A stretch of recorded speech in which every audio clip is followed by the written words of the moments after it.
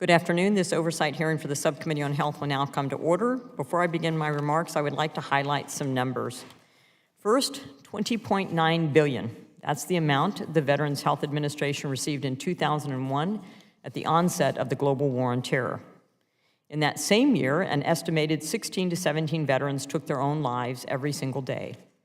Second, $121 billion.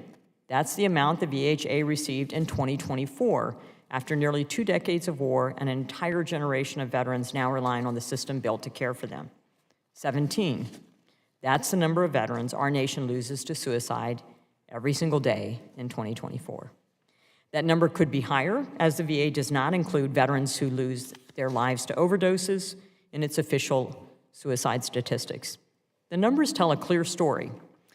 VA's problem is not a lack of resources. VA's problem is not a lack of funding. VA's problem is not a lack of staffing.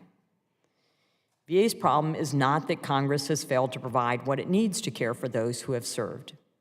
Since the beginning of the global war on terror, VA's budget has increased an incredible 479%. Yet the number of veterans we lose every day has remained approximately the same. And these are just the suicides that we know about or that the VA counts. Some seem to believe that the solution is straightforward. Continue to invest in VA staffing, expand services, grow the system. But the numbers do not lie. If money alone could solve this problem, it would have been solved long ago. No, the VA does not have a resource problem. It has an access and a process problem. It's a blatant failure of the VA to adapt to the needs of the very people it was created to serve. VA's current processes are not designed to provide veterans care when and where they need it. Instead, veterans are left waiting, navigating delays, bureaucratic red tape, and systemic inefficiencies that create barriers rather than breaking them down. While I believe that Congress and the VA has taken some necessary steps to increase access, it's not enough. We continue to hear from veterans who are turned away from the life-saving care that they need. Some are denied residential treatment because they have not previously sought VA care, as if a veteran in crisis should have predicted their need for help years in advance. Others are told they cannot access community care unless a VA facility fails to meet a 20-day threshold, forcing them to wait even when immediate alternative options exist. And some are simply lost in the system, bounced from program to program, expected to navigate a maze of bureaucracy while struggling with the very mental health conditions that make the process overwhelming. In one particular case, a veteran suffering from severe alcohol withdrawal who was seeking admission into a residential rehabilitation treatment program in the community was outright denied because the VA stated they had a bed available 100 miles away. Had the leadership at that community facility not stepped up, the VA would have effectively forced that veteran into homelessness. That's why I support Chairman Bost's Veterans Access Act, which takes long overdue steps towards fixing these issues. The Veterans Access Act recognizes that the goal should be to protect veterans, not VA bureaucracy, and it cuts through VA's arbitrary restrictions by allowing more veterans to seek the care they desperately need in the community when the VA cannot provide it. VA claims that there is no wrong door for veterans seeking care. Yet, we continue to hear about doors locked, doors hidden, and doors that simply do not exist. It's time we stop making excuses and start making changes, real changes that put veterans first. Today, we will hear firsthand from those who can speak to these process failures and those who can help us fix them. The cost of inaction is too high. Thank you all for being here. I look forward to today's discussion. With that, I yield to Ranking Member Brownlee for any opening remarks she may have. Thank you, Madam Chair. I'd like to first say that we cannot have a hearing discussing veterans' access to mental health care without also acknowledging the very real impacts that the Trump administration's chaotic and haphazard actions are causing both to VA's mental health workforce and to the mental health of many veterans who rely on VA for their health care, their support system, and their livelihoods. Veterans are scared that their VA mental health providers who are being forced to report to work in person at facilities that don't have room for them will decide that providing care in an environment that doesn't ensure veteran privacy isn't worth it and will resign from the VA. They are scared that the very support staff who make it possible for VA providers to focus on care and putting veterans first will be fired, leaving clinicians less able to focus on their care. And they're scared that the outside research and agencies that help improve VA care will be shut down, weakening VA's ability to provide world-class care. Unexpected VA staffing shortages are already affecting veterans in my district. Just last Thursday, I held a roundtable for veterans to share the impacts they're experiencing related to workforce cuts at VA.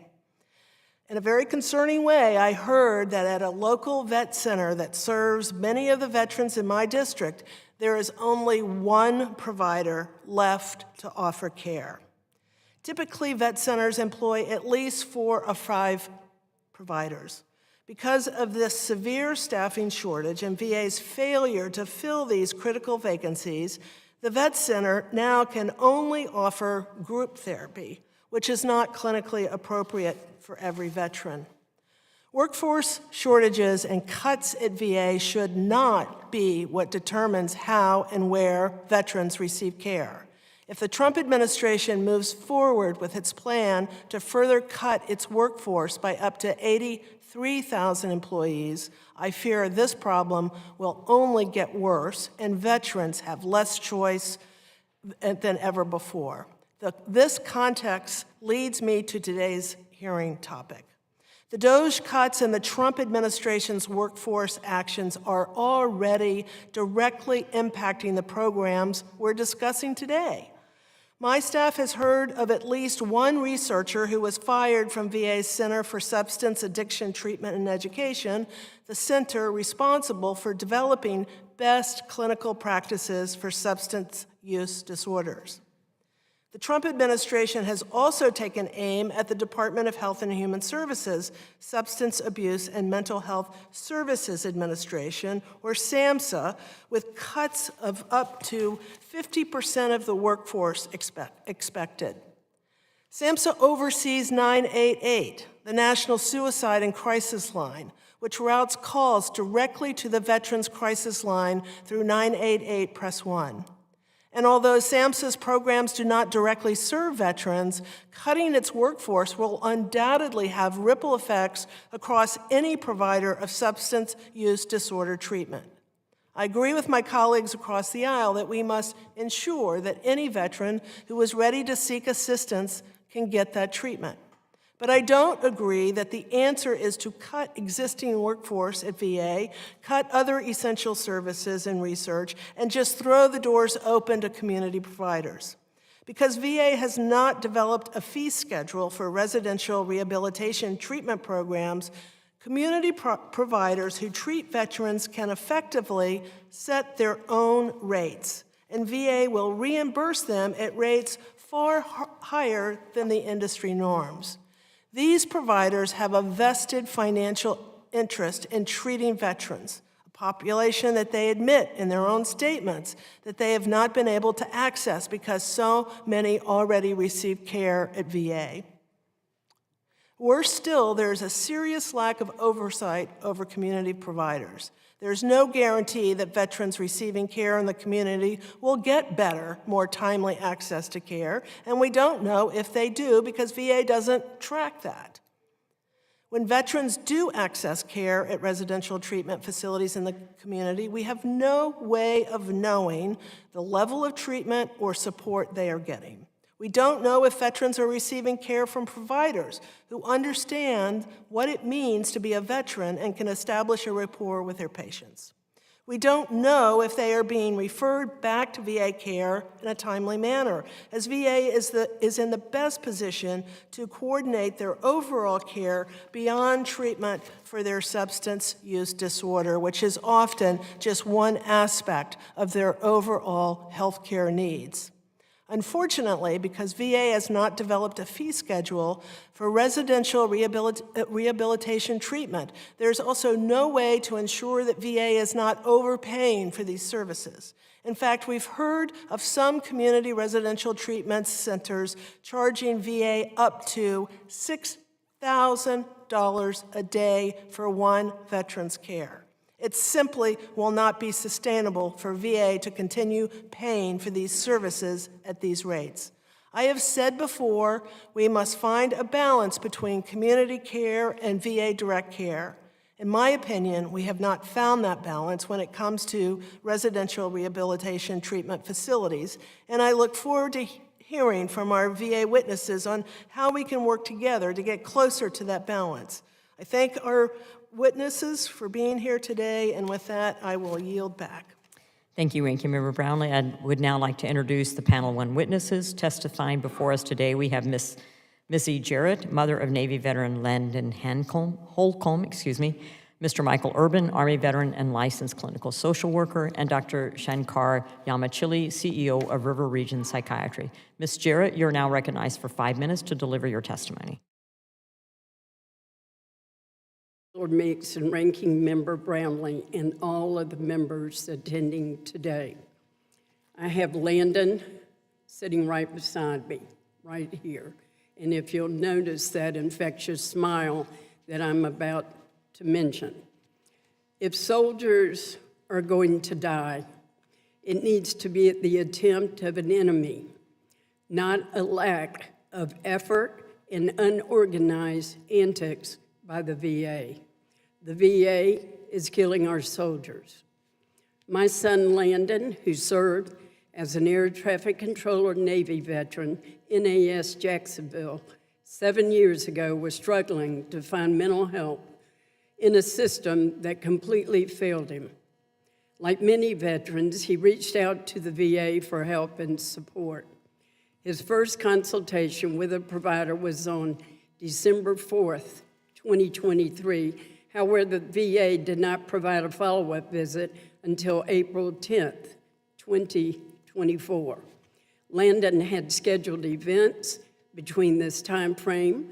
However, unfortunately, the VA canceled multiple visits, denying him the chance to see a provider who specialized in medicine management. Landon tried and tried to keep his head up that the VA would follow through. He was experiencing anxiety, insomnia, restlessness, and mood swings. Landon knew that he needed a mood stabilizer. Mom, I'm struggling.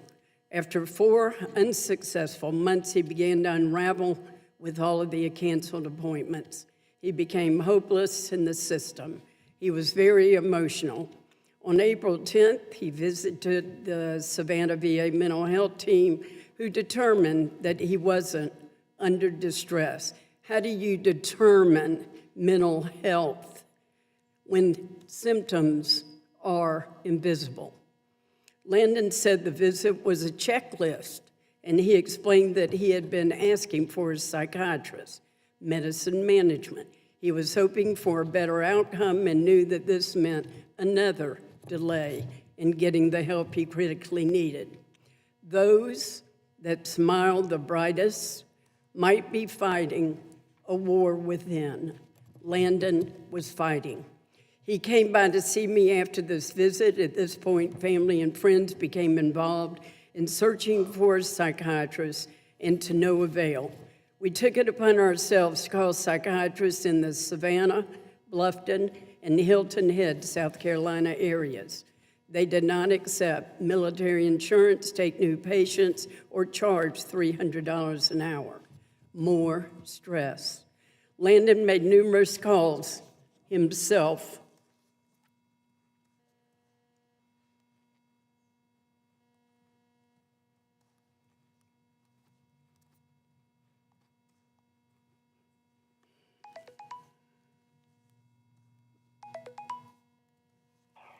Hey, Mom, I was calling you back. I was on my scooter. I left the gym. I tried to call Howard's.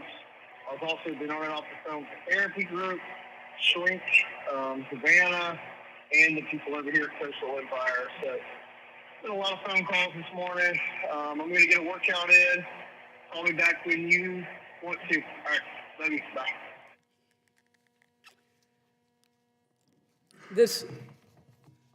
That call, that voicemail was the Monday before he died. On April 19th, he received a call from the Charleston VA for a Zoom appointment scheduled for May 3rd. He did not make that appointment and passed away on May 2nd. The unthinkable happened. Landon was found in the restroom of a restaurant on Hilton Head Island. He had fentanyl in his system. To numb his pain, he thought he was taking oxys. Landon did not plan to leave us. He was not suicidal. The hopelessness of canceled appointments, feeling abandoned and not taken seriously, and the emotional spiraling ended his life. Landon was buried at the Beaufort National Cemetery in South Carolina with U.S. Naval honors on May 13th. He leaves behind 2 beautiful teenagers, a loving family, and many loving friends. He was a true patriot who loved his country.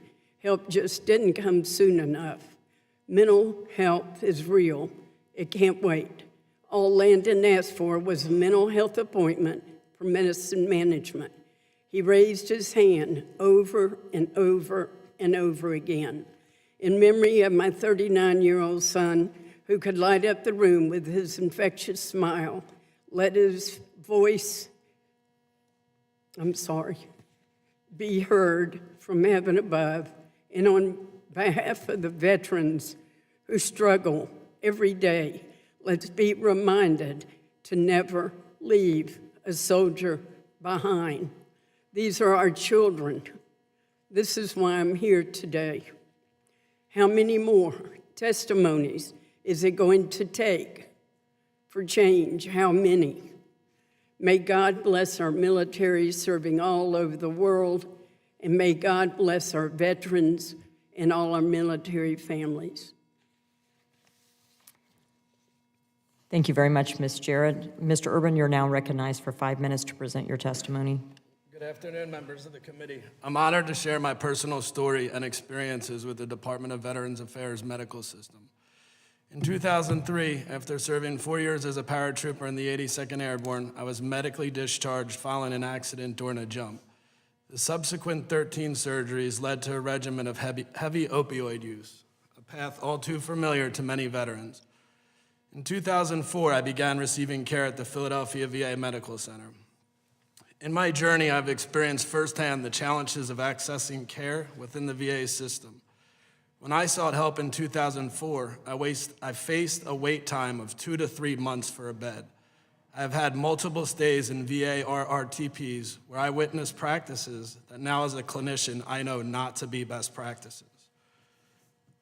In 2014, I had the opportunity to receive treatment outside the VA system, which provided a transformative experience. Since December 2nd, 2014, I have maintained sobriety and achieved numerous personal and professional milestones, all attributed to the quality of care I received.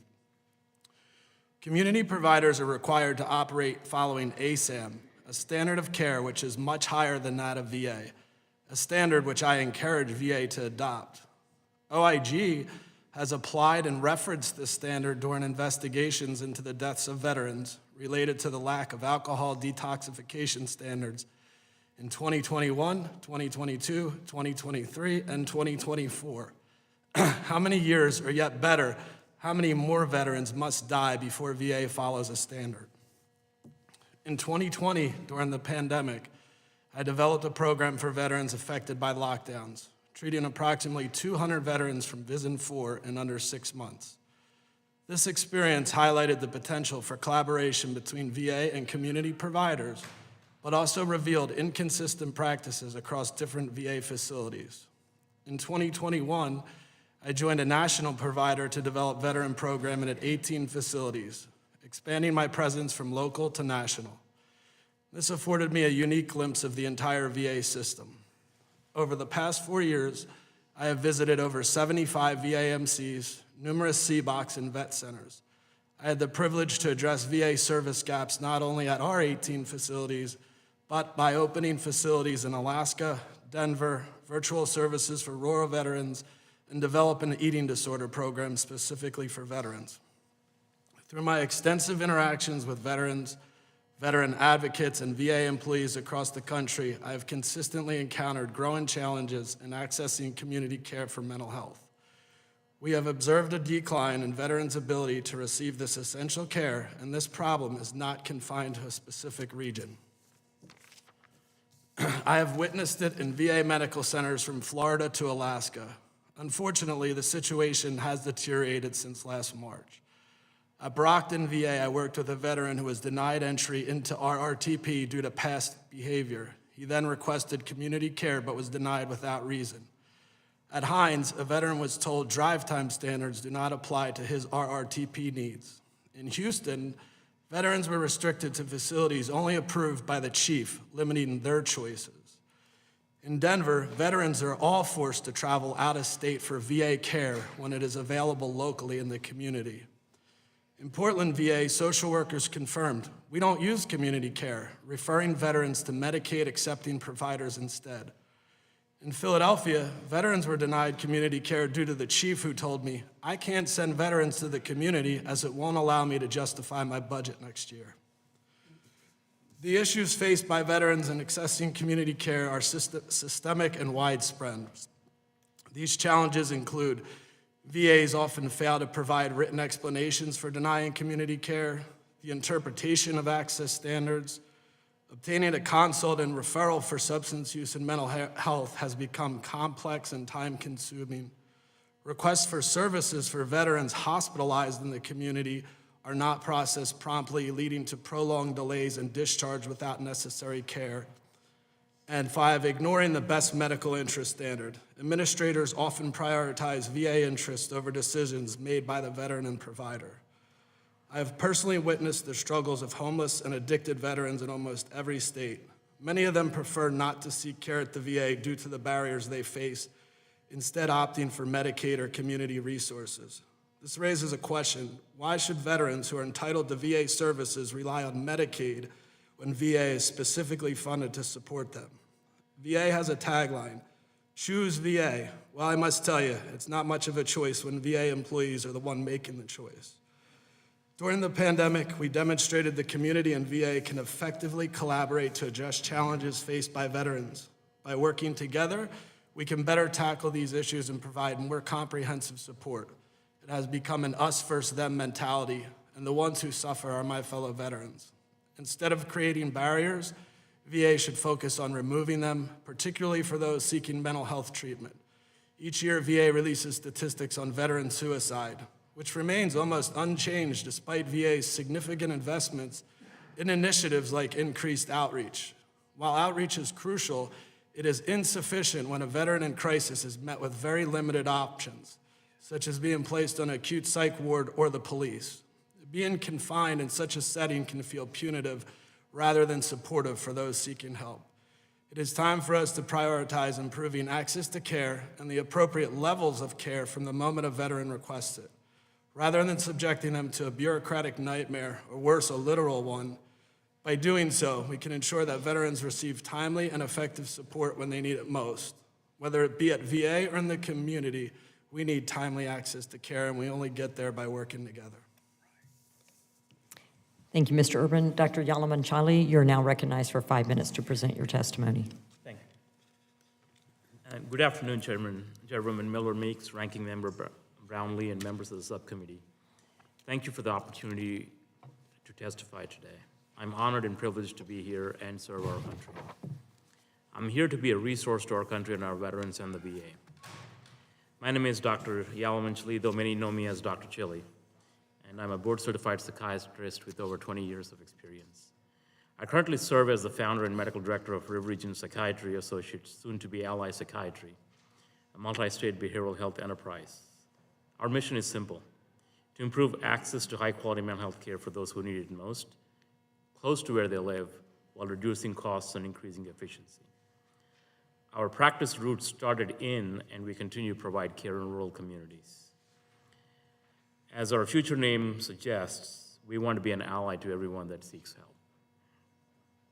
After beginning my psychiatric career in the VA hospitals of Montgomery and Tuskegee in 2005, I became increasingly frustrated with inefficiencies that prevented veterans from getting timely care. I later moved to community mental health centers where I worked to improve operations. However, I quickly saw how widespread financial mismanagement, systemic inefficiencies, and fragmented care delivery were contributing to the rising costs and poor outcomes, not only for patients, but for the healthcare system as a whole. Today, I stand before you to offer a proven, scalable solution that has already improved mental health access for thousands of patients, and one that has the potential to save our nation, I believe, at least $1 billion annually in healthcare costs. At RRP and Ally Psychiatry, we have built a care model that delivers patient-centered, technology-driven care across both inpatient and outpatient settings. In 2024 alone, our 68 physicians and 157 advanced practice providers served over 115,000 outpatients and completed over 400,000 patient visits. Our inpatient services are located in hospitals, jails, residential treatment centers, ensuring care is accessible across a variety of environments. With this expansive footprint, our model delivers care at approximately 25% lower per patient costs than the traditional VA or hospital systems. Moreover, we consistently outperform national benchmarks, achieving a 20% increase in emergency department throughput, 25% reduction in inpatient length of stay, and 15% reduction in avoidable readmissions for behavioral health patients. Our providers average 1,000 more patient encounters a year more than full-time employees at the VA, who often see 8 to 10 patients a day on a 4-day work week. With our care model, 100 RRPA providers working in the VA system could enable 100,000 more patient visits annually, while reducing costs up to 20 to 30%, which is what we have seen in our current partnerships. There are real challenges in access to care at the VA. Despite the best intentions of both providers and administrators, the 2023 GAO report found that veterans often wait 30 days or more for routine mental health appointments, even longer in rural areas where sometimes wait times exceed 60 days. Community care network meant to expand access, but it often fails to meet the needs of veterans with chronic mental health conditions, providing only episodic care with limited continuity.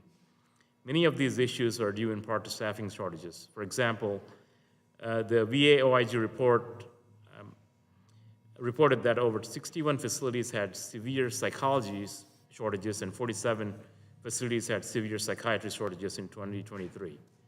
This means that the providers that are there often cannot handle the current caseloads, patients aren't seen in a timely manner, and providers suffer burnout. Delayed care, as we hear, can lead to worsening mental health conditions, high rates of hospitalizations, and increased emergency room use, all of which endanger patients' well-being and raise costs.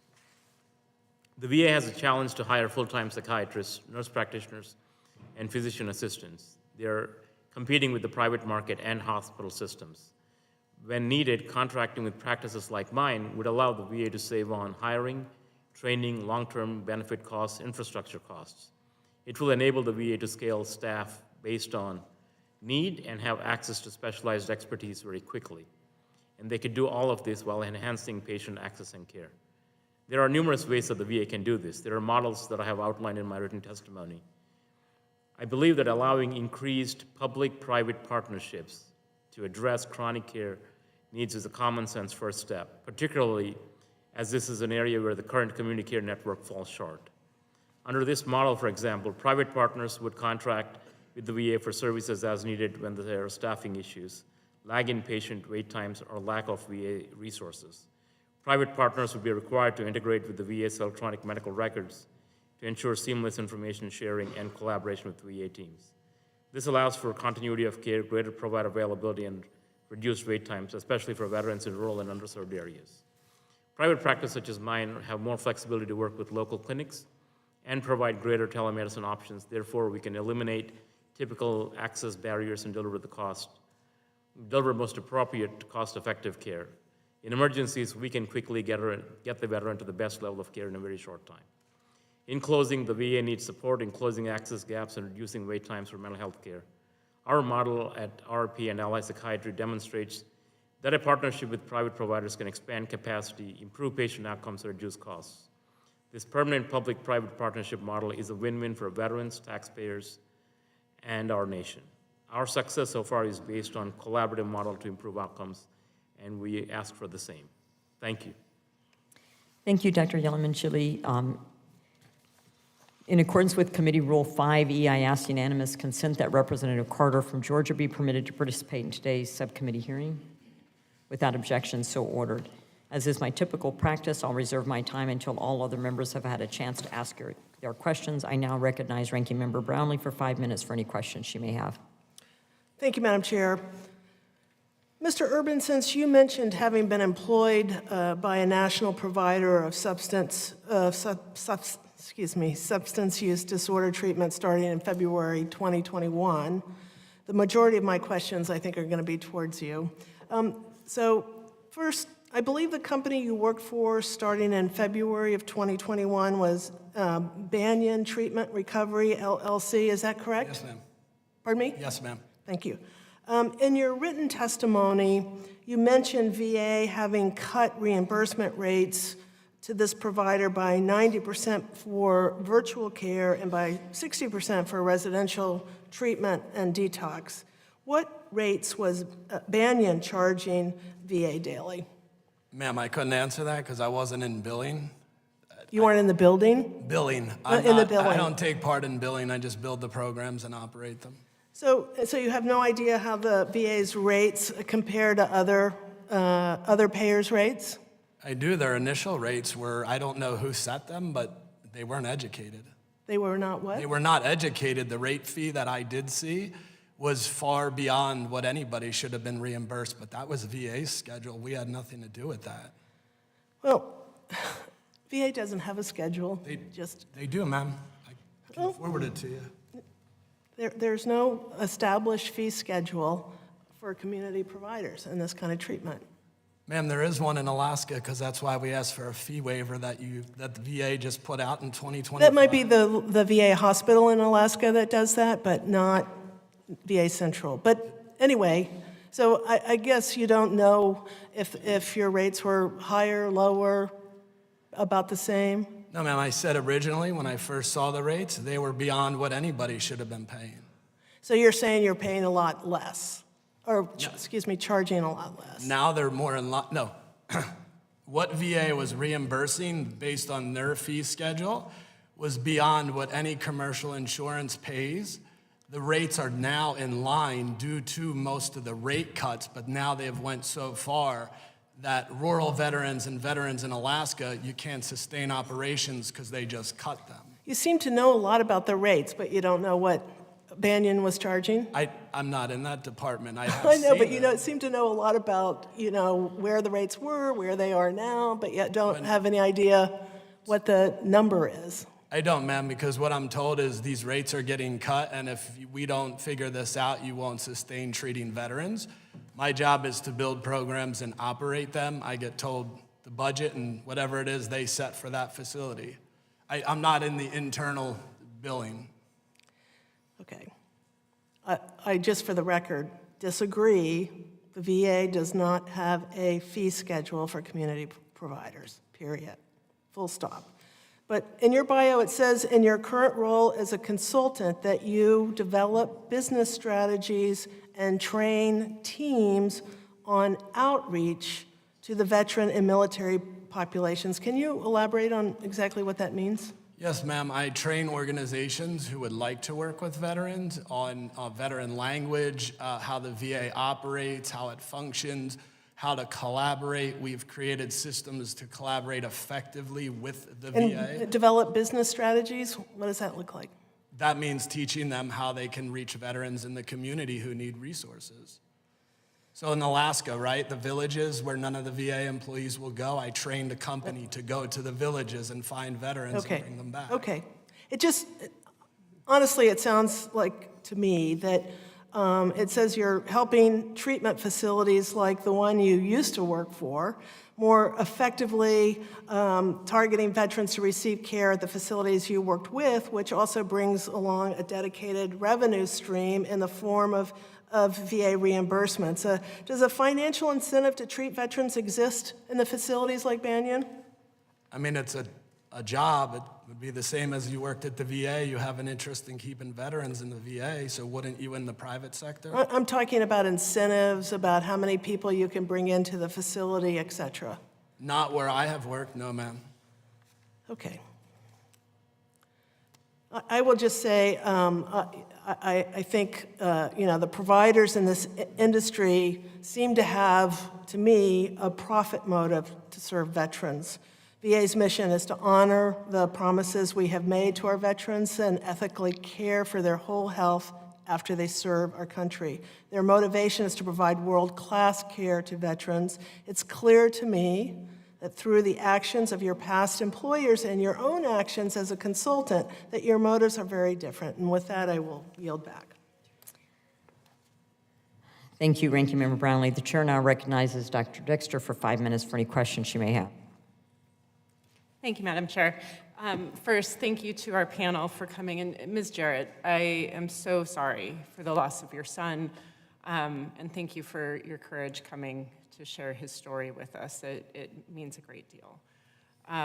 Having taken care of many patients, unfortunately, like your son as a critical care doctor, what I can say for certain is he's not, unfortunately, alone, and we are failing not just our veterans, but everyone in our community across this country. This is a tragic reality that we are all facing. I also know, having been both a VA and a community provider, that community standard, as Mr. Urban talked about, is actually not superior in many areas to the Veterans Administration care. I know we're failing everyone broadly, but to be clear, what we don't know with these policies, and this is just for the record, we don't have any ability to compare when we refer someone whether or not they will get community care faster than they will get in the VA, or if it's better quality. And on that quality note, Mr. Urban, wanted to first thank you for your service to our country and for sharing your story as well with substance use disorder and your desire, which is clear, to help our veterans deal with that. I trust your intentions are good and that you share in this committee's commitment to ensuring our veterans receive the highest quality of care. But what I read in preparing for today's hearing, similar to what I think my ranking member were trying to get to, is that we are concerned about the reimbursement that does not have a fee schedule, and I know that different areas may have different policies, but that we are paying as much as $6,000 a day for inpatient care for some of this treatment. Mr. Urban, does that seem consistent with community levels of reimbursement in your experience? Currently, or when they started? When $6,000 a day reimbursement. It's absolutely insane. I said that in my last statement. No one should be paying that amount of money. I agree. And so I think what foundationally I would assert is that before we pass any such policy as this, we should have a fee schedule. We need to have control over what we are paying to the community, because there is waste, fraud, and abuse that is potentially going to be a risk with this without better control. We also should know how long it should take for someone to be expecting treatment if they're sent to the community, and whether it's sooner than in the VA. So those things I wanted to establish. I also understand that you weren't the manager, you weren't in charge of running these facilities necessarily. Is that correct, Mr. Urban? Correct, ma'am. Okay. There clearly were many issues at both Banyan Treatment and Recovery, as well as, is it correct that you worked at the Livingren Foundation in 2019 through 2021? Yes, ma'am. Okay. And also at Sobriety Solutions from June of 2018 to May of 2020? Yes, they weren't community providers, though. So none of those were providing? Just Livingren. Okay. Thank you for that clarification. The thing I wanted to offer is that there could be community care in different areas of the community, that may be a reflective experience, that these facilities each had improper safety, well, I'll say to Banyan, there were improper safety measures at one of their facilities that led to a permanent paralysis of a patient who fell from the 4th floor roof. that there were nurses who had wages that were revoked, that the New Jersey Commission of Investigation found that Banyan was engaged in patient brokering and the practice of paying for referrals. So I'm not asserting that this is your practice by any means, but what I do want to suggest is that there is incentive for waste, fraud, and abuse when we don't have clear expectations for community care and the quality of that care. And even when providers have the best interests, that you may not have control of that. Is that a fair assertion, Mr. Urban? Yes, ma'am. Thank you. So for the committee, what I wanted to establish is that even for someone who clearly cares for our wellness of our veteran, is a veteran, has suffered with substance use disorder, and wants to serve, it's challenging to maintain high levels of care. And our veterans deserve to have the highest quality, most effective care, and we know that that is provided within the Veterans Administration. And until we have a fee schedule that is established and disincentivizes waste, fraud, and abuse, I would assert that we should not be considering further exploration of expansion of this. Thank you. The gentlewoman yields. The chair now recognizes Representative Carter for 5 minutes. Thank you, Madam Chair, and thank you for holding this hearing. I appreciate this very much, and thank you for allowing me to wave on. I also want to thank the witnesses, particularly my constituent, Missy Jarrett. Missy, thank you for being here. Your courage is an inspiration to all of us, and I want you to know how much we appreciate this. I know this is not easy for you, and you've been up here, it's the second time you've been up here in, I think, less than a month. Mm-hmm. We appreciate that very much. And I know that, I know, I can only imagine what it's like to lose a son. I can't even go there. But I want you to know that you've made a purpose of making sure that you're advocating for necessary changes and reforms to the VA that would raise awareness about the dangers of illicit fentanyl poisoning. As you know, I'm a pharmacist, and I'm very familiar with fentanyl, and I'm very familiar with the illicit use of it. But I want to tell you, Madam Chair, members of the committee, first class, as you heard, I'm sure, first class Landon Holcomb exemplified what it meant to be and to serve his country. He was born in Savannah, Georgia on April 22nd, 1985, and he was a proud veteran. And he was a patriot of this great nation. He served as an air traffic controller in Jacksonville, Florida. He was a father to 2 children. They're now teenagers. And he passed away on May 2nd, 2024, due to fentanyl poisoning. Poisoning. Not fentanyl addiction, fentanyl poisoning. He was a veteran who was experiencing mental health issues, like many of our veterans do, once they get out of the service. And like many of our veterans, he reached out to the VA, but unfortunately, the VA's response was not adequate, and it was unsuccessful at preventing the tragedy from occurring. Under the previous administration, the VA canceled multiple visits and denied Mr. Holcomb the chance to see a health care provider during a time of need. Ms. Jarrett, do you believe, had your son been able to receive care from qualified providers in the community without delay, do you believe it would have changed the outcome? Yes. He would be with us today. What we experienced with him in the emotions, to the point where I let the committee hear his voicemail, which was Monday, prior to passing away on Thursday.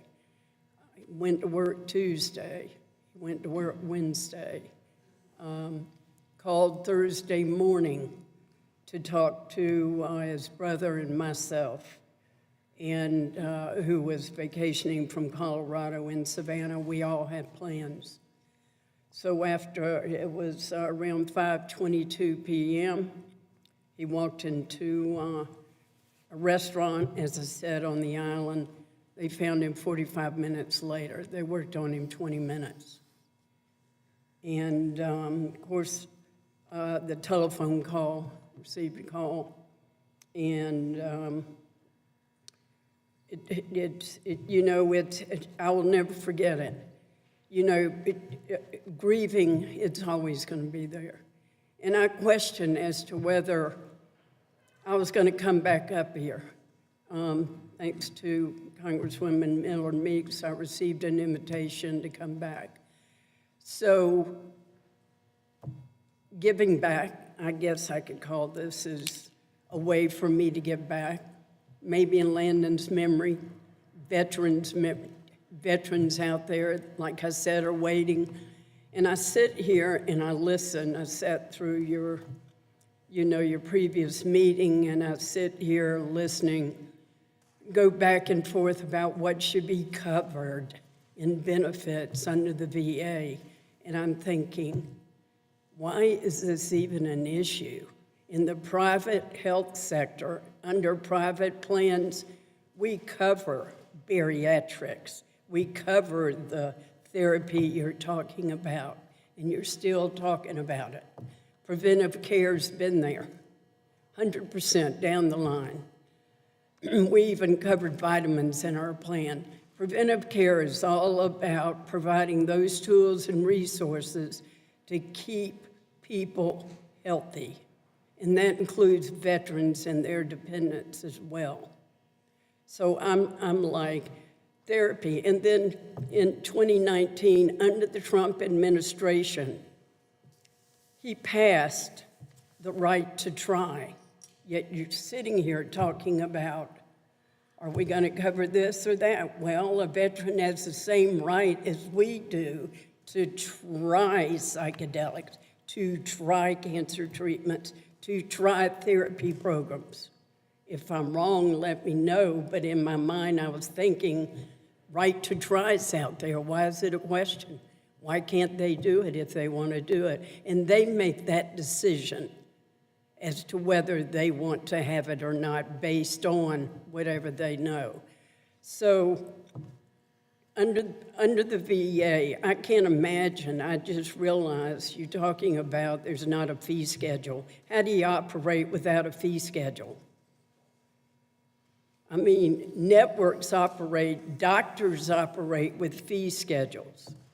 And when you're in a network, the whole reason you have a network is because doctors are looking for you to steer patients to them, which reduces fees also.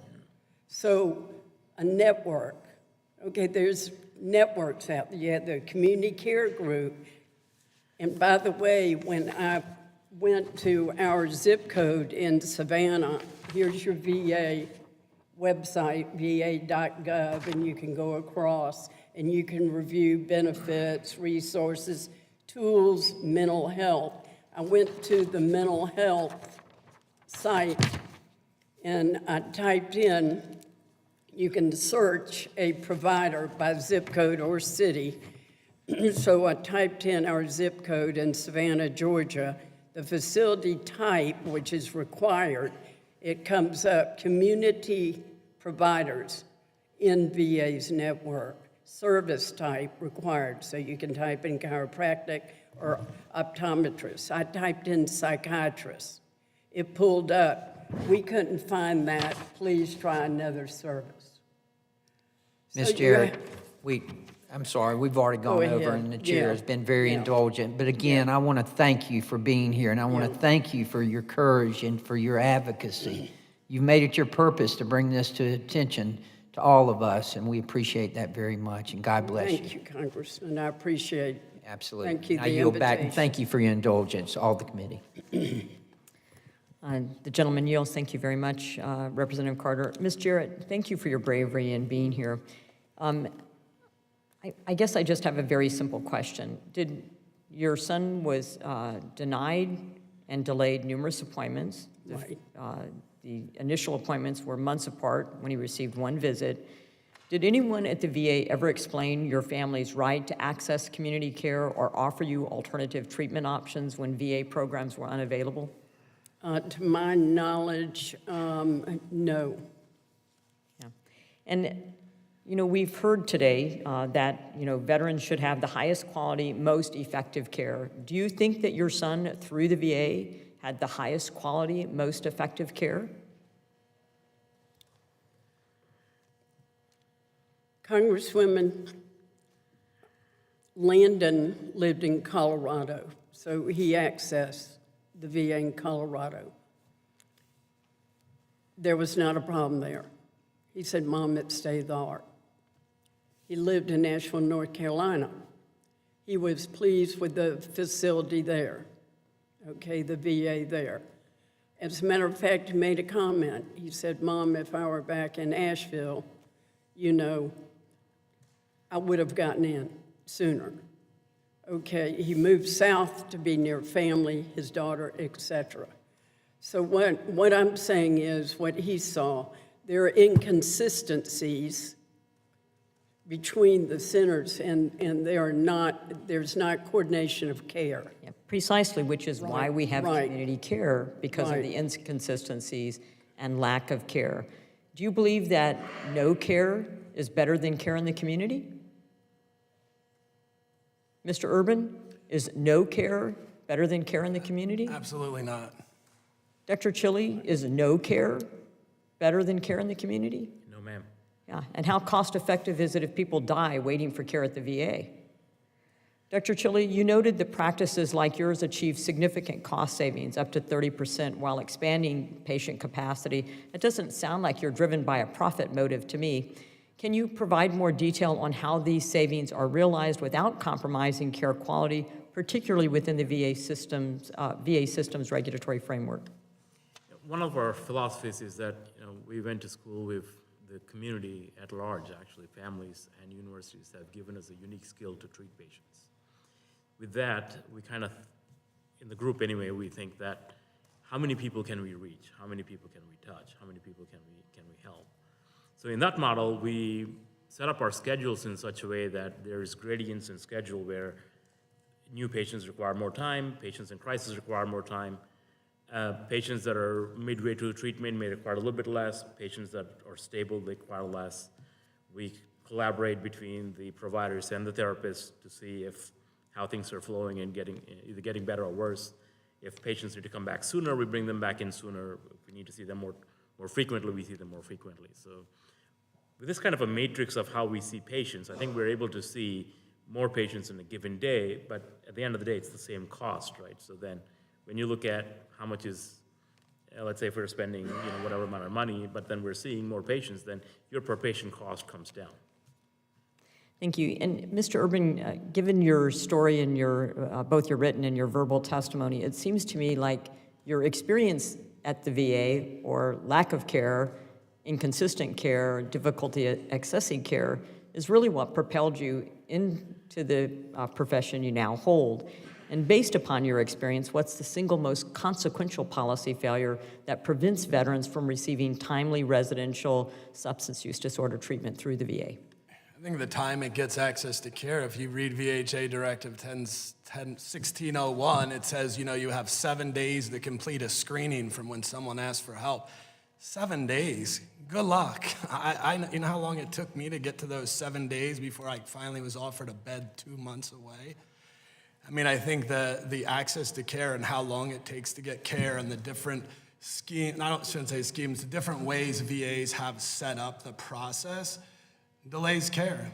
And every VA is different in the way they want you to get a mental health referral to treatment, that people just give up. They just say, oh, I don't care, I'll go to Medicaid, or I'll use a community resource, as opposed to getting timely access. I'm not opposed to getting care at the VA, but it shouldn't take a month, 2 months, and as far as standards, we can't compare apples to apples when VA makes its own standard, and ASAM is what the industry follows. Well, let me address that. What clinical standards, such as ASAM criteria, do you believe the VA should be required to adopt nationally to ensure consistent levels of care for substance use disorder treatment? And if, Dr. Chili, you have input, please provide that as well. I think it should be utilizing ASAM because it dictates the level of care someone should get at. It dictates the intensity of care. It dictates the services, the staffing ratios. It lays everything out and places someone appropriately, as opposed to this, well, we have a bed in the acute psych ward, we'll put you there till an RRT, that's the difference. And if I can allow you to redeem yourself, and I know I'm going over time, so Mr. Urban, is what drives you to do what you do profit? No, ma'am, I don't want someone waiting 2 to 3 months for a bed. And Dr. Chili, given what you do, the model you've created, is profit the reason why you do what you do? No, ma'am. Thank you very much. On behalf of the subcommittee, I want to thank you all for your testimony and for joining us today. You are now excused. We'll wait for a moment while the second panel comes to the table.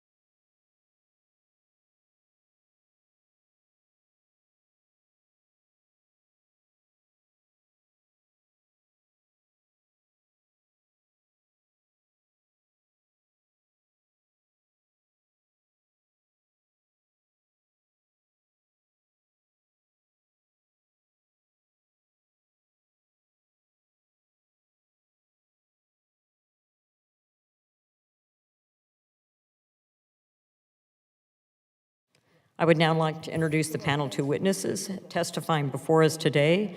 Dr. Maria D. Laurenti, Acting Assistant Undersecretary for Health for Integrated Veterans Care at the Veterans Health Administration, who is accompanied by Dr. Ilse Weikers, Deputy Director, Office of Mental Health at the Veterans Health Administration. If I mispronounced your name, please feel free to correct me. Dr. Laurenti, you're now recognized for 5 minutes to deliver your opening statement. Before I start my oral testimony, I just want to acknowledge and thank the first panel for sharing their very personal stories, particularly one of such devastating loss. It really does take a lot of courage, and I want to thank them for advocating for other veterans. Chairwoman Miller Meeks, Ranking Member Brownlee, and other members of the subcommittee. My name is Maria Laurenti, and I was recently appointed as the Acting Assistant Undersecretary for Health for Integrated Veteran Care. It's been my privilege to work as a VA psychiatrist, being board certified in adult and geriatric psychiatry and addiction medicine for the past 30 years. I take care of veterans with mental health and substance use disorders, and it's an honor to serve veterans who've made such significant sacrifices for our country. Thank you for the opportunity today to discuss the provision of residential substance use disorder, or SUD, treatment through VA's mental health residential rehabilitation treatment programs, or MHRRTP, and community care residential treatment programs.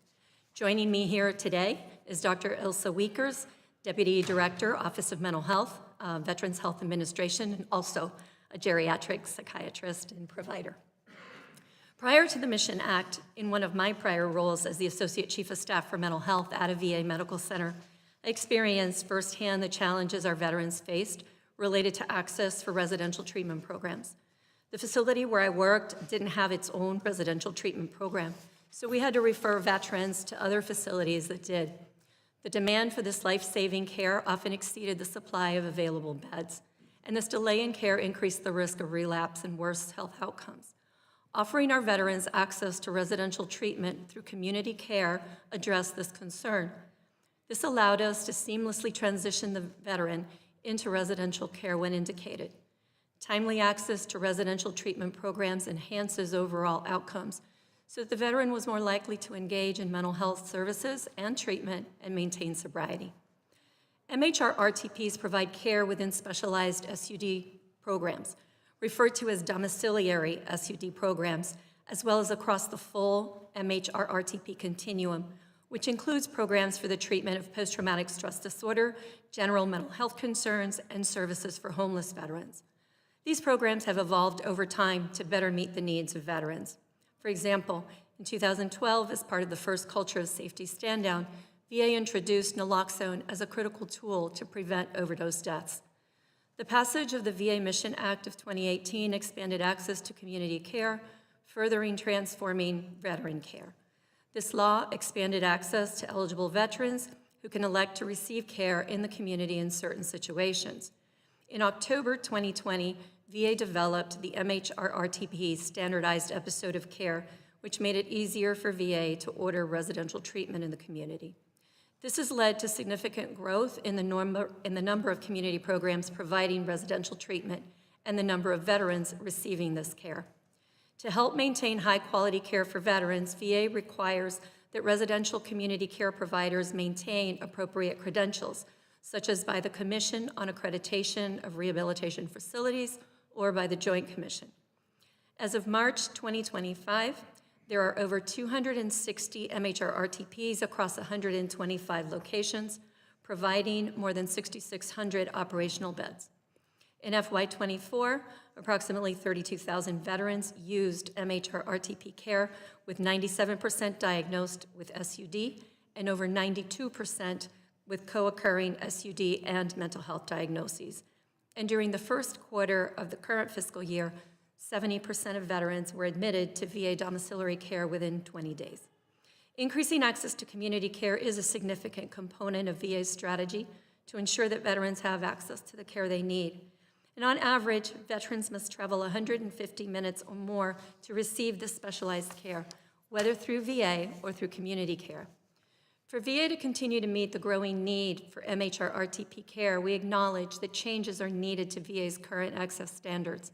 As a result, VA was proud to support the Veterans Access Act of 2025 before the full House Committee on Veterans Affairs on February 25th, 2025, while ensuring the offsets or additional appropriations are provided. We're committed to working with Congress and our other stakeholders to reduce barriers and improve access to the care veterans have earned. We want to thank the committee for its continued oversight, and we would be happy to answer any questions you or other members of the subcommittee may have. Thank you. Thank you, Dr. Laurenti. As my typical practice, I'll reserve my time until all of the other members have had a chance to ask their questions. I now recognize Ranking Member Brownlee for 5 minutes for any questions you may have. Thank you, Madam Chair. Dr. Wiekers, can you tell me how many mental health providers have resigned or retired earlier than expected since January 20th, 2025? I don't have those numbers in front of me for the national set of numbers. No, I don't. So you know how many, you just No. don't have that I do information not- with you? I do not have that number. It's not under the purview of my office. And whose purview is it? It would be an information that we would have at a facility and a VISN level. So I would have to dig in to get those numbers Okay. for you. I don't have those numbers Okay. available to me. And I presume by your answer that the mental health providers who accepted the so-called fork in the road offer, you have the same answer for that as well? You don't know the numbers and it's not under your purview? Correct. Okay. Dr. Laurenti, as you probably gathered from my questioning in the first panel, I am very concerned that VA has not developed a fee schedule for residential treatment facilities, and you are currently reimbursing these providers at much higher rates than industry norms. On average, VA has been paying $3,000 per day for this type of care. Some providers are getting paid as much as $6,000 a day, far more than the average cost of care per day in an ICU. I understand that the VA has been working for some time to establish this fee schedule and bring its payment rates more in line with industry norms. I also understand that VA will have to modify its contracts, both with TriWest and Optum, in order to implement a new fee schedule. So can you tell me what the status of this effort is? And when you'll have a fee schedule in place? Yes, ma'am. I'm very appreciative, actually, that you asked those questions.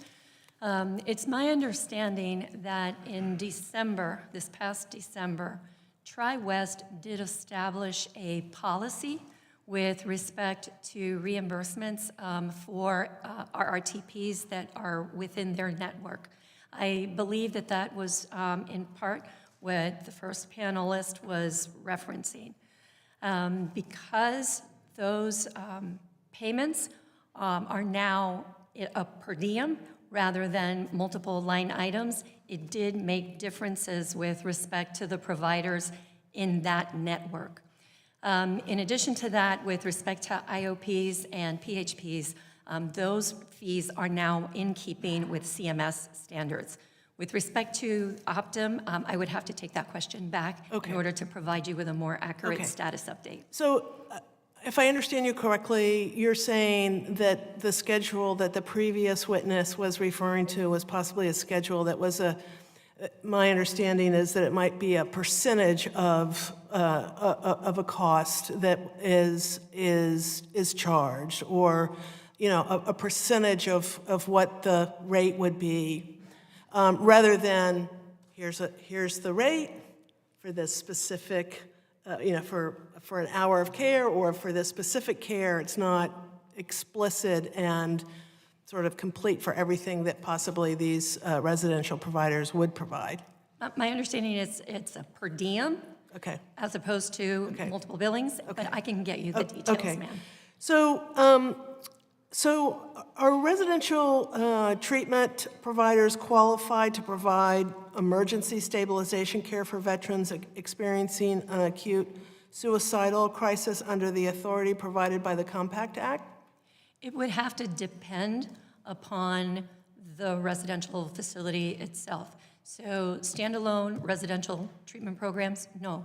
If the residential treatment program is part of a healthcare system that includes an emergency department with 24/7 coverage, then it could. So for standalone providers that don't have hospitals or emergency care, the answer is no, correct? That's my understanding, yes. So is it true that VA has detected a pattern of certain community providers admitting veterans for residential rehabilitation treatment without VA authorization and then attempting to build VA for this care under the Compact Act? I personally don't have detailed information of what you're referencing, but I'm more than happy to inquire and get the information back to you. I will just say that your predecessor told both the House and Senate committee staff that that was occurring. And that's entirely possible, ma'am. I just don't have firsthand knowledge. So the Office of Inspector General also issued this fraud alert in December of 2024, requesting the public's help in stopping scams involving substance use disorder treatments. Specifically, the OIG warned, quote, certain drug and alcohol rehabilitation facilities or treatment centers are attempting to exploit veterans with substance use disorders for profit through various unethical and illegal practices. So do you know what the VA is doing to remove bad actors like these from the community care program? Yes, ma'am.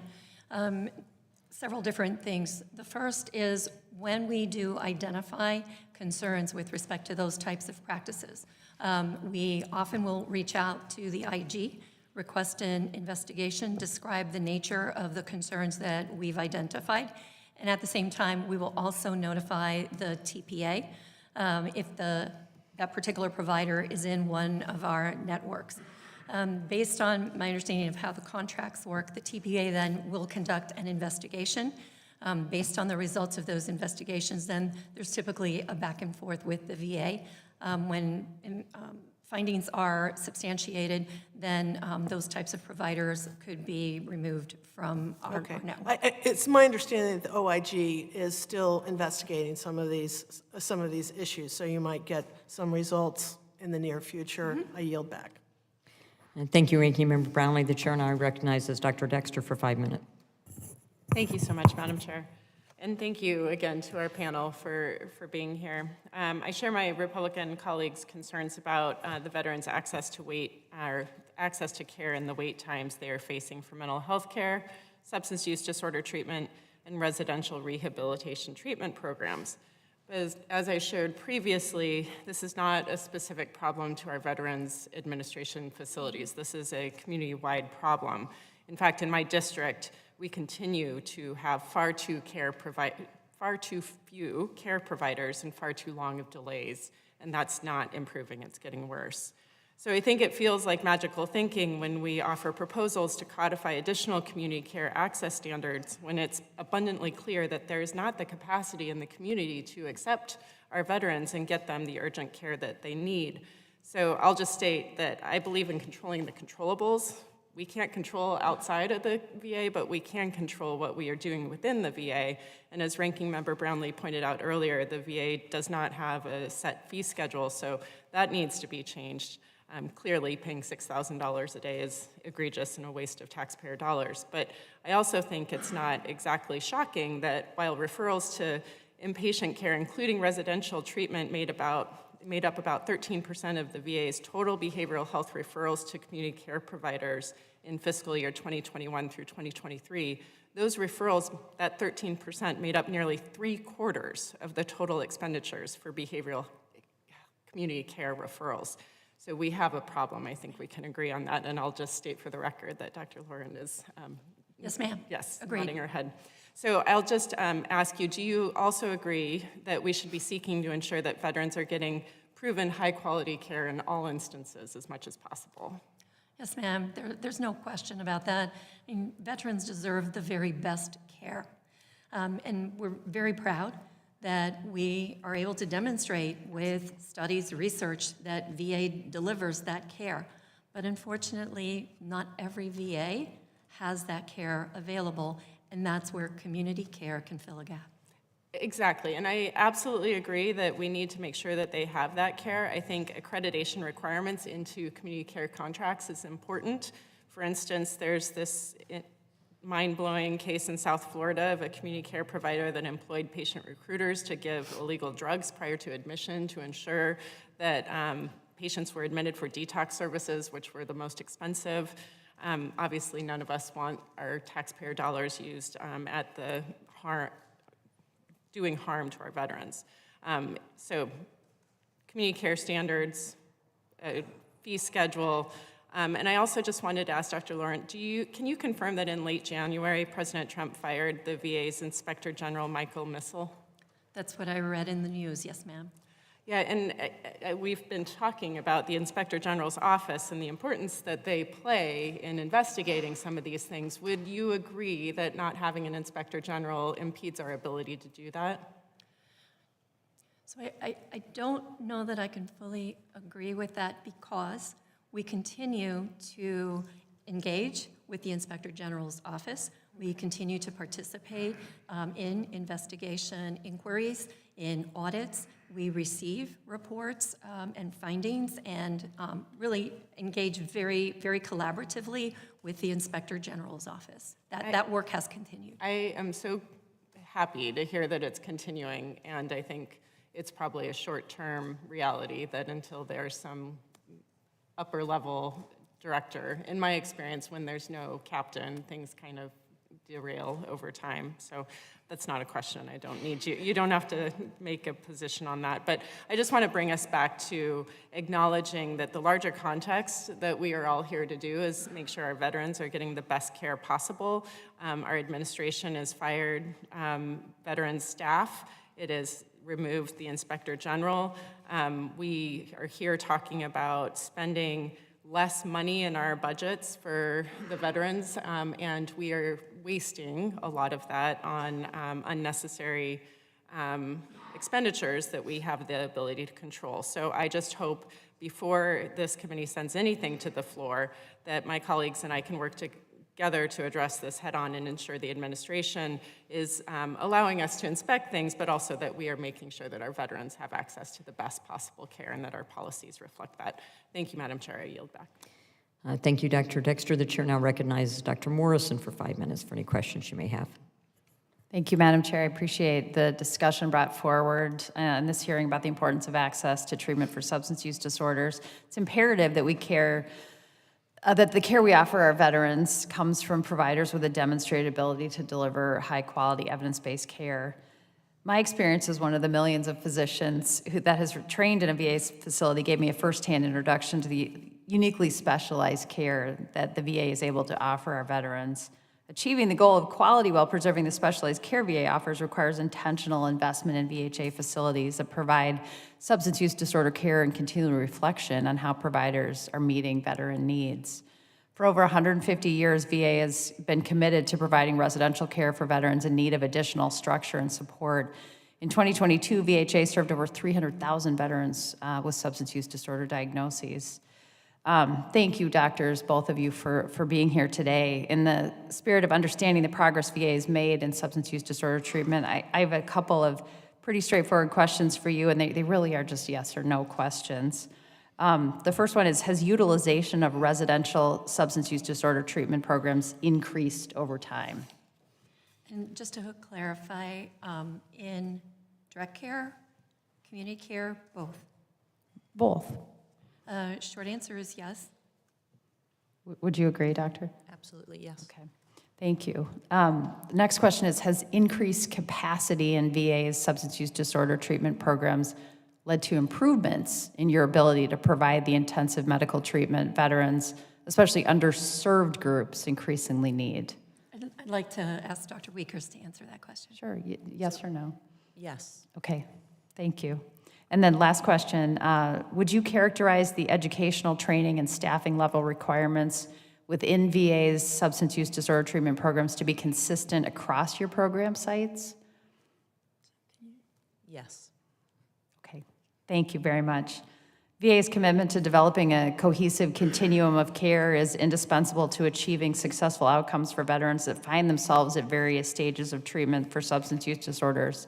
I urge my colleagues to recognize the importance of supporting the residential substance use disorder treatment infrastructure within VHA, investing in expanded VA program capacity, and standing against tactics that would undercut treating our veterans with the dignity they so rightfully deserve. Thank you, Madam Chair. I yield back. Thank you. The chair now recognizes herself for 5 minutes, and I would also urge my colleagues to recognize the care that comes in the community. The reason why a Mission Act exists is because patients weren't getting care. Veterans weren't getting care. They weren't getting access. They were waiting. They were dying. They were committing suicide. They're overdosing. They're dying of fentanyl poisoning. As a matter of fact, in this very hearing room, when we had a hearing on residential care and substance use disorder, prior VA officials admitted that they did not think that residential care or substance use disorder residential care fell under the Mission Act. So it didn't matter if the patient waited 30 days or 100 days or a year, they still weren't going to refer them to community care because they didn't feel it was under, that fell under the Mission Act. This is the VA's own words. Dr. Rente, and I'm an ophthalmologist. And not only have I worked at VA facilities, not only was my uncle, 6 of the 8 kids in my family are veterans. My father is, my husband is, my grandfathers are. My uncle was in a residential facility at the VA for his entire life when his ship went down the Pacific in World War II. And I've done substance use disorder and helped to change policies at the state level. But when a veteran is assessed as needing urgent residential care, how long do you think they should wait? And are you confident that every VA facility applies the same timeline and criteria to get that veteran placed or referred to the community without delay? Thank you very much for that question. So first, let me say that the national policy is very clear and is applicable across the country. The fact that there is variability and a lack of standardization is a problem. There is no question So about that. if the standard is present, then that means the culture is not permitting the standard to be met. So because the committee continues to hear that policies governing residential treatment and community care referrals are interpreted differently depending on where a veteran seeks care, how is the VA going to ensure that policies are followed uniformly? Thank you very much. The Secretary has initiated a review. This would be Secretary Collins? Yes, ma'am. Has initiated a review of policies, directives, staffing, organization, structure of multiple aspects of the direct care system, as well as multiple aspects of the community care system, in order to be able to begin to answer the questions that you're asking. In general, and these are generalities, when you have policy and it's just not being carried out, there are common reasons for that. Some common reasons is that the policy may not be clearly written. The policy may have broad, subject to interpretation features. It may be that we've simply not adequately trained the frontline staff. And there are a host of other reasons in between those things. Those are the things that we need to address, because those are interfering with our ability to provide the access that the veterans need to have. It's creating barriers, and in some cases, it may be creating additional administrative steps. And Dr. Laurenti, as I mentioned, we have programs like the Gordon Fox Parker Suicide Prevention Grant Program. We have buddy systems within our veteran service organizations that help veterans to navigate some of these things. And I realize that you're a recent addition, although you've cared and done mental health and substance use for a long time, but how do programs like the Gordon Parker Fox Suicide Prevention Grant Program help veterans access mental health care services? Is that a question you might be able to take, Dr. Wiekers? Sure. So the Fox Grants program provides grants to community organizations that are helping to engage veterans that don't engage directly with our VA health system. So it really helps to fill that gap in providing access out in the community. There are partners out in the community in helping engage veterans to reduce their risk for suicide. They can also, grantee participants can also access care through VA when they've become a part of one of the programs with a grantee. So let me just say that, I think that our VA healthcare system, although I don't utilize it as a veteran, nor does my husband, I want to save that for the veterans who have most in need and need that access to care. But nonetheless, I think our, Veterans Administration, our hospitals, our programs do a very good job, but they're not always there.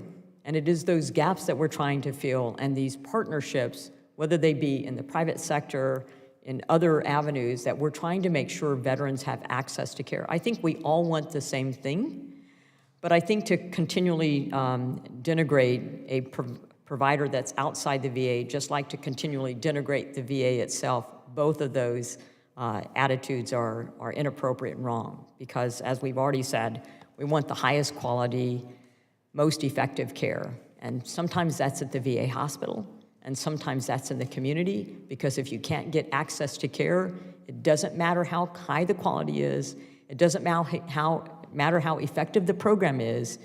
If you can't get access to care, you have no care. And given that I'm in a rural area, our veterans like to have access to care when and where they can get it. So with that, Ranking Member Brownlee, would you like to make any closing remarks? Would you like to make any closing remarks? I would indeed. Thank you very much.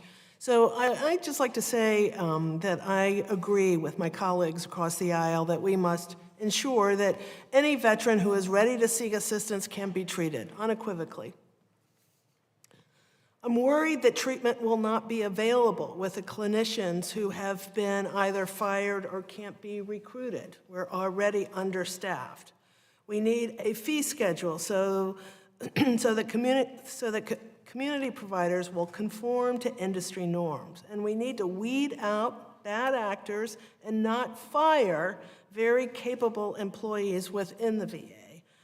And for the record, one more time, I will say I support community care, and community care is a critical partner to VA, but we've got to get it right. And I will yield back.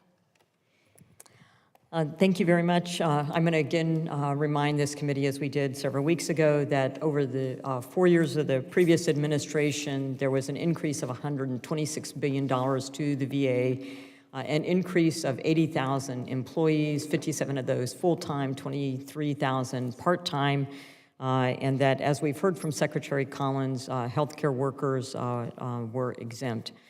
With that, I'd like to thank everyone for their participation in today's hearing and for the great discussions we've had on this important topic. I'd especially like to thank our witnesses and Ms. Jarrett for her very moving testimony today and for having the courage to come forward. I want to thank both of our witnesses from the VA, some of whom may be new to this process, for being here today as well. Today's hearing reinforced what we've heard time and time again. While there may be very good care to excellent care at the VA, veterans don't struggle because the VA lacks funding or resources. They struggle because they continue to fall through the cracks of a bureaucratic system that's bogged down in inefficient processes and inconsistent standards. Veterans in crisis cannot afford to wait. I know this firsthand and personally.